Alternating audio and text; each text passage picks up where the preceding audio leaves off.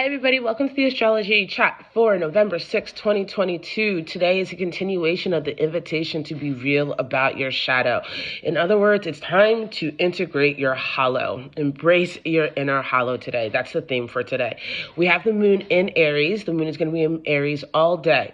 The moon is going to be in Aries and go void, of course, at 5:26 p.m. So in the first half of the day, there's going to be a lot of activity with other people around the things we're going to talk about. And at the end of the day, into the evening, it's going to be about your own personal reflection, kind of behind the scenes makeup of this. First of all, Mercury in Scorpio is in an eliminator energy with Chiron. So we want to talk about it. If there's any sign that we'll talk about the things that are not being addressed on the front end, it is Scorpio. And Mercury in Scorpio is all about doing so.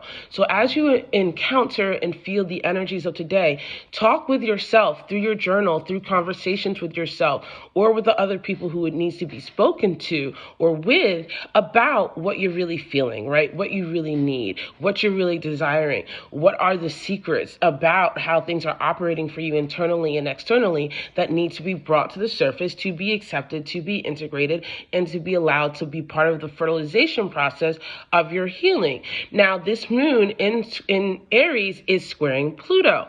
Hello, guys, right? So there is this tension, right? To be honest about what's really motivating you, what's really happening in your subconscious, what's really making you tick, the parts of yourself that you are in constant conversation with, even before you show up with other people, or, that little devil on your shoulder that's always influencing you or trying to make you feel bad for not doing what you want to do, right? This is where you have to embrace your inner hollow, you guys. And thankfully, we do have some very supportive energies because we have the moon sextiling Mars. And when the moon is sextiling Mars, even though it's stationed still and it is about its retrograde energy in Gemini, there's this ability to get very passionate, to get very active, to be very goal-oriented about expressing what you need and being like, this is who I am, this is what I really want, and this is how I can do it with the collective, or this is how I want to do it with you. There's a sexy undertone to this mix.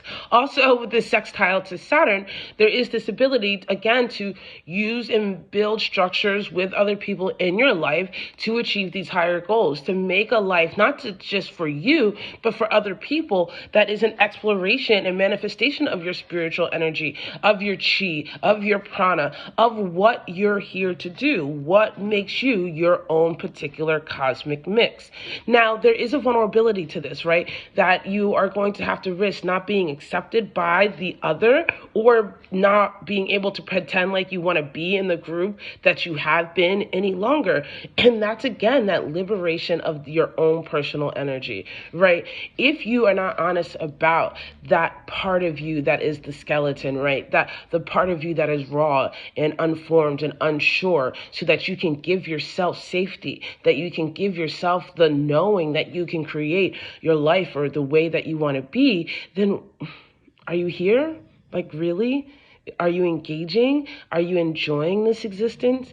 Are you in your senses? Because at the end of the day, if there's anything that Scorpio will do, it will definitely be look at its own skeleton in the mirror and say, you're still a part of me. I want you. Let's go and do this. I love you guys so much. I'll see you tomorrow.